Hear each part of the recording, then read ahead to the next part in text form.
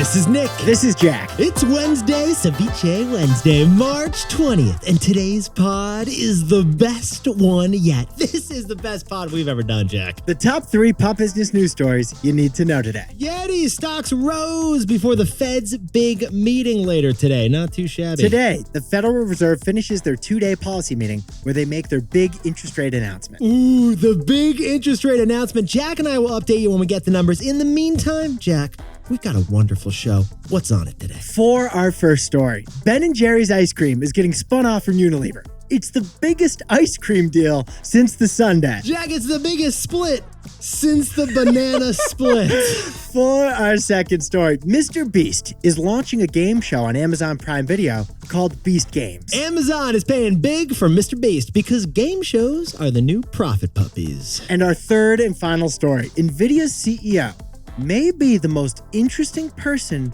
you don't know. Besties, the founder of Nvidia, loves Denny's, hates watches, and has a giant computer chip tattoo. But Yetis, before we hit that wonderful mix of stories. No one else is doing this mix today, Jack. Love the mix of stories today. This is Nick, this is Jack, and we actually have different names than you think. Yeah, Jack's real first name is not Jack. Nick legally changed his first name when he was a kid.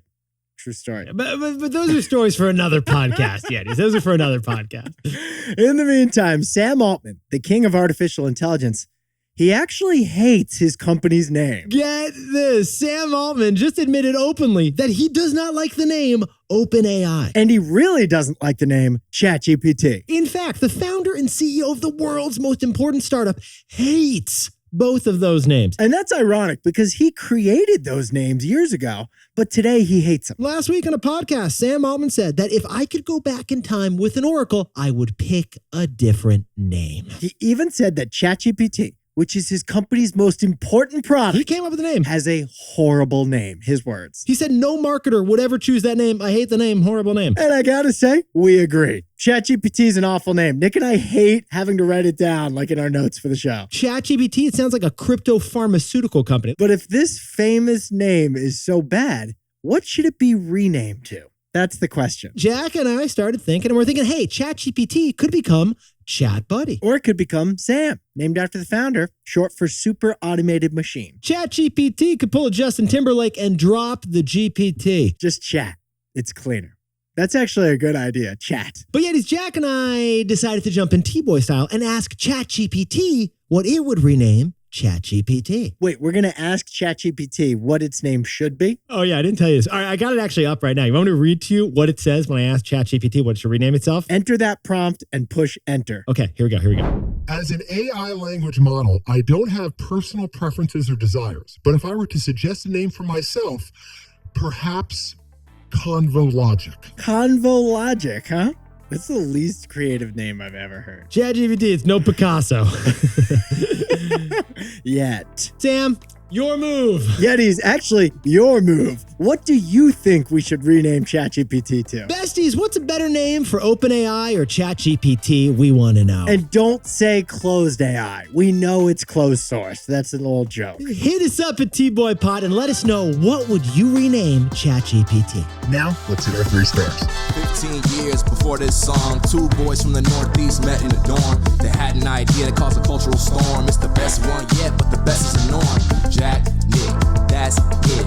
I don't even think they need to practice. 50%, that's a fat tip. TBOY City on your list. If you know, cause we ready to go. We can't wait no more, so just start the show. Start the show. For our first story, Unilever is breaking up with Ben & Jerry's 24 years after acquiring the ice cream brand. The most famous ice cream in the world is getting unacquired, and the details are shocking.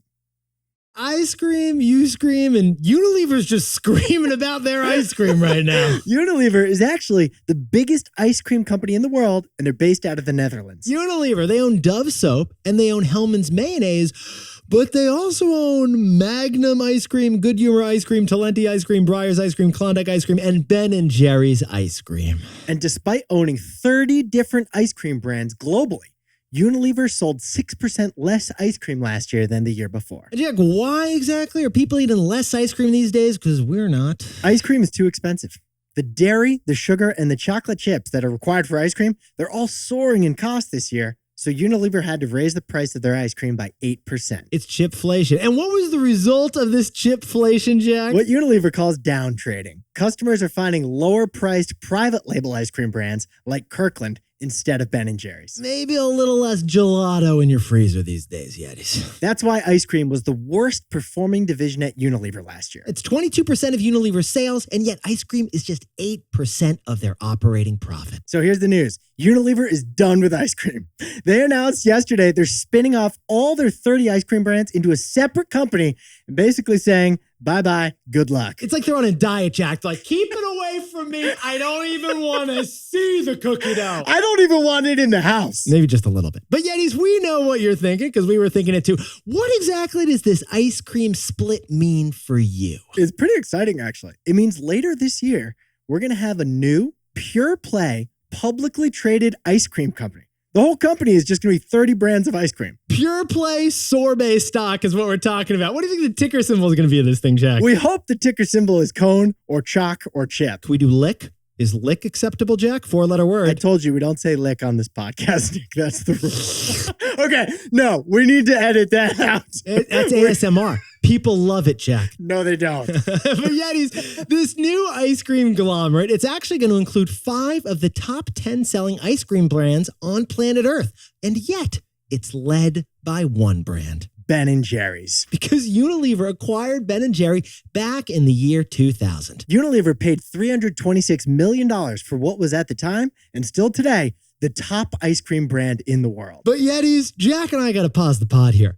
Because Ben & Jerry's getting acquired by Unilever was it was the most unusual deal we have ever seen. Because Ben Cohen and Jerry Greenfield of Ben & Jerry's, they negotiated the most Vermonty things into the contract you could possibly imagine. Get this. Unilever agreed that 7.5% of Ben & Jerry's profits would go to the Ben & Jerry's Foundation in perpetuity. Unilever is sending a big check to the Ben & Jerry's Foundation every year, which fights for social justice. And Unilever agreed not to change the way that Ben & Jerry's ice cream is actually made. If you can't name the cow whose milk you're using for that vanilla, then Unilever, you got a problem. And Unilever agreed not to cut any jobs ever at Ben & Jerry's. So Ben & Jerry's childhood buddy, Doug, he's still chunking every monkey in each pint. He's not good at chunking that monkey, but he can't be fired because of the contract. Keep missing the chips. It's one of the best deals we've ever heard negotiated, and it was Ben & Jerry, 2 Vermonters, who got it done. And perhaps the biggest thing Ben & Jerry negotiated by far with Unilever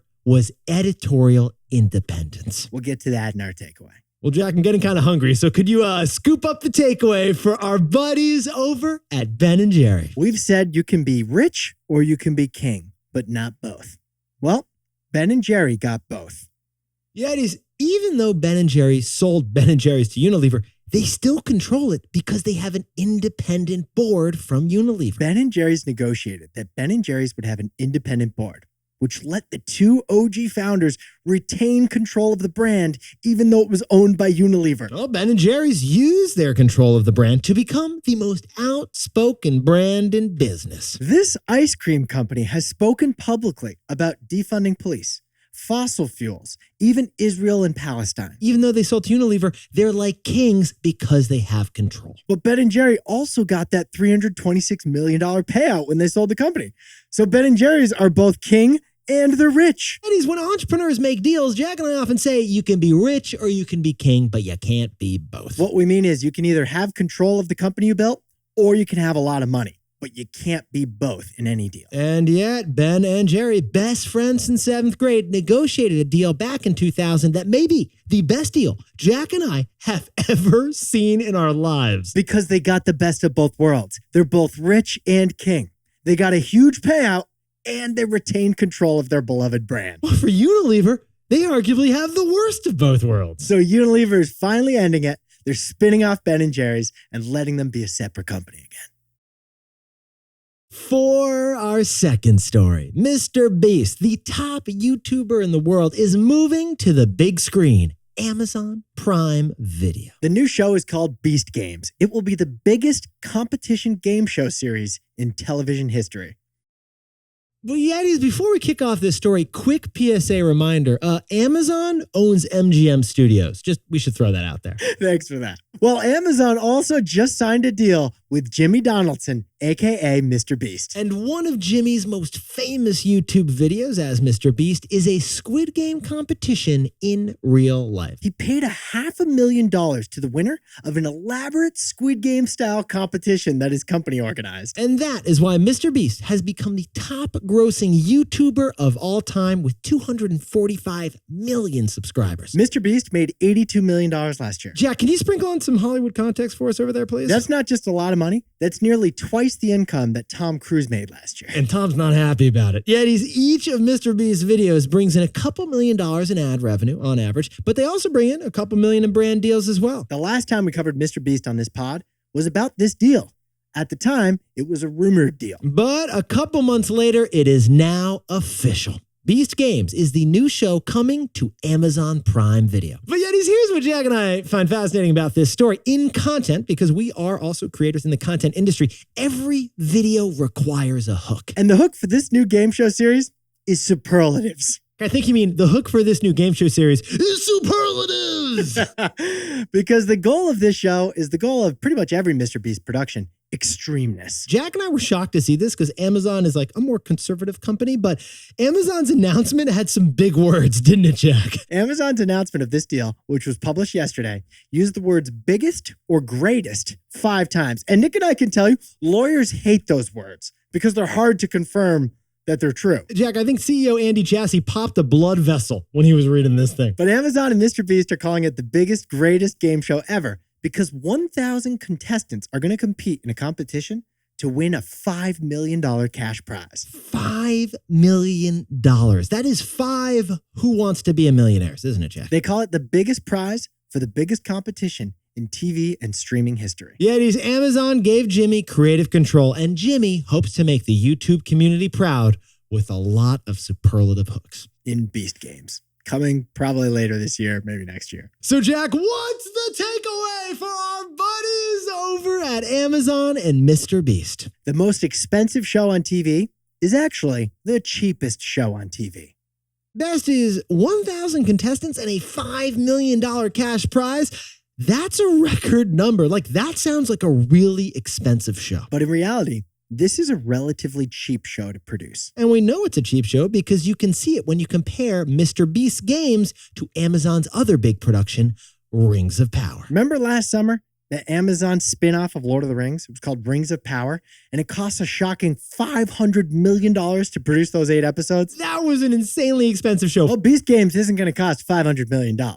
Beast Games is a reality TV show, not a scripted show, which means it avoids a lot of the big production costs. This is the interesting business model angle of reality shows. There are no actors to pay, no CGI to pay for, no costume budgets, and no team of writers. Plus, there will be minimal marketing required since MrBeast is going to promote the show to his 250 million YouTube subscribers. Yeah, he's added it all up, and a $5 million record cash prize. That sounds expensive, but in reality, this is a reality show. And reality shows are cheaper to produce. The most expensive show on TV is actually the cheapest show on TV. For our third and final story, as NVIDIA hosts the biggest chip event of the year, we want to talk about NVIDIA's founder. Because NVIDIA's founder and CEO, Jensen Huang, is the most important person who you don't know yet. Nick, what time is it though? Jack, it is here in the West Coast, it's 2:34 p.m. exactly. You know because you have a watch. I got a lovely watch right here. Well, Jensen Huang, the founder and CEO of NVIDIA, he doesn't care what time it is. He doesn't wear a watch. That's right. The founder and CEO of NVIDIA doesn't believe in watches because he believes now is the only time that matters.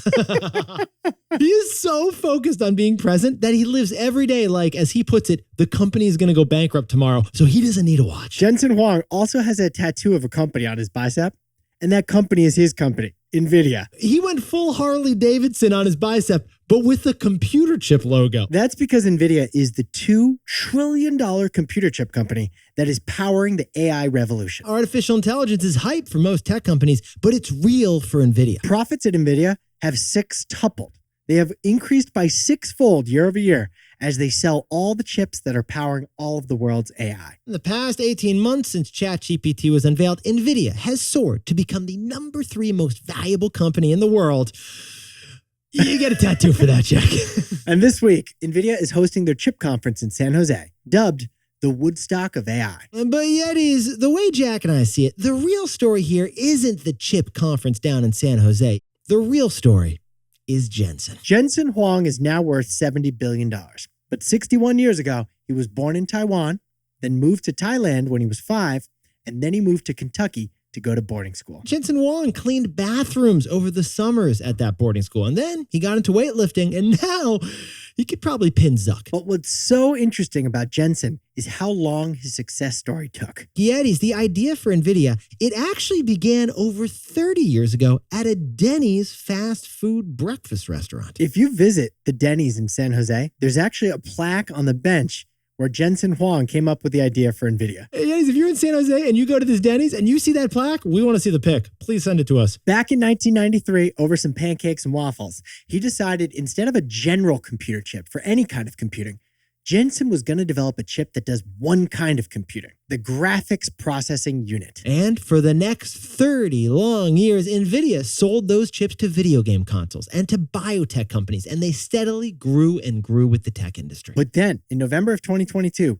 the AI era began. And AI needed those GPUs. They needed a lot of those NVIDIA GPUs. And that artificial intelligence demand was so real that the value of NVIDIA has grown by $1 trillion in that period. Success happens slowly and then it comes suddenly. Jensen puts it, success is a marathon, and it doesn't take years, it takes decades. That's why he does this when he wishes someone well. He also wishes them suffering. Interestingly, Jensen, the guy without a watch and with a big NVIDIA tattoo worth $70 billion, hopes that you struggle for the reward. Because that makes it all the more worth it. Or at least it did for him. Maybe that's why he's not wearing the Shinola. So Jack, what's the takeaway for all our buddies in the tech industry? Jensen Huang isn't the king of tech. He's the king maker of tech. Our favorite part about researching this Jensen Huang story wasn't like just the wild things he said or the watches or the tat. It's actually what others said about him. According to the Wall Street Journal, Larry Ellison, the founder and CEO of Oracle, took Jensen out to dinner in September to beg him for his chips. Apparently, Larry Ellison and Elon Musk dined. They took Jensen out to Nobu and basically begged him over the black cod $50 dish for more computer chips. Because there aren't enough computer chips and nobody makes the chip that NVIDIA makes. NVIDIA's chips are really machines. They are the crucial brain cells that compute AI. So Meta, Google, Microsoft, Amazon, Oracle, even Tesla, they can't execute their AI plans unless they get NVIDIA's chips. So whomever Jensen sells his limited chips to are the ones who will win the race for AI. Jensen isn't the king of tech. He may be something more powerful. He's the kingmaker of tech.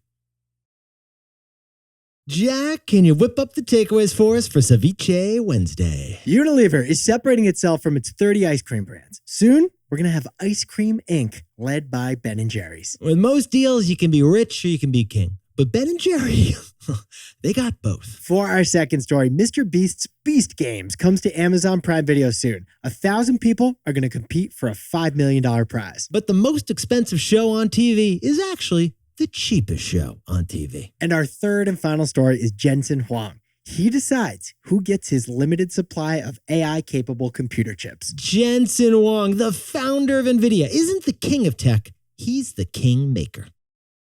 But Yetis, this pod's not over yet. Here's what else you need to know today. First, happy Reddit IPO day. Reddit is the biggest IPO of the year in the United States and the first social media company to go public in 5 years. They'll begin trading today on the New York Stock Exchange, and they're targeting a $6.5 billion valuation. Interestingly, Reddit set aside 8% of their stock for passionate users. So we'll cover this story tomorrow when we see what those passionate users end up doing with the stock. Second, Volkswagen's Chattanooga plant in Tennessee could be next to join the United Auto Workers. This will be the first non-Detroit car company in the United States to form a union. Although every Volkswagen plant in its home country of Germany is already in a union. And finally, the numbers are in. The average Wall Street bonus dipped by 2% last year to $176,000. Wall Street profits were up last year, but the banks are being more cautious about divvying out bonuses. Now, time for the best fact yet. This one is a surprise fact whipped up by Jack and me. Jack hasn't actually seen it yet, so I am just going to drop it on Jack. It was whipped up by you. What do you got? Hit me. Here's the question, Jack. Trivia. Ben & Jerry's is famous for having a lot of different ice cream flavors. But how many Ben & Jerry's ice cream flavors are on the market right now? So Half-Baked comes in like original dairy. They have a non-dairy version of Half-Baked. Does that count as 2 different flavors? Sounds like a wordy answer to an I don't know exactly. No. I'm trying to figure out the parameters of the question. No, Jack, that is 2 different flavors. That is fair. You were laying the lane of the land. All right. Then I'm going to say 60 flavors. Jack, 60 flavors would fill your fridge, but 60 flavors would not fill Ben & Jerry's imagination because Ben & Jerry have 98 different flavors of ice cream on the market right now. I was pretty close. That was not too shabby. Do you know how many are chocolate-based versus how many are vanilla-based? 50-50? Actually, only 20 of them are chocolate-based, 16 are vanilla-based, and the remainder are just wild. Yetis, you're looking fantastic for Ceviche Wednesday. And if you think you've got the best fact yet, or if you want to get a buddy a shout out on this show, just head over to tboypod.com. We got a form there. And we also got a link in the episode description. In the meantime, we're going to go rename ChatGPT, and Jack and I will see you tomorrow.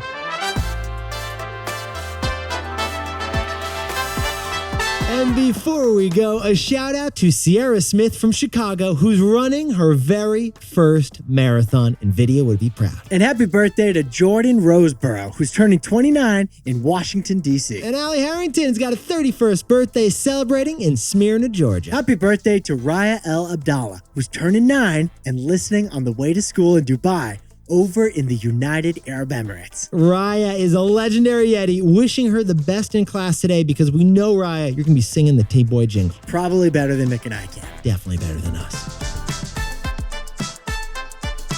This is Jack. I own stock of Amazon and Unilever.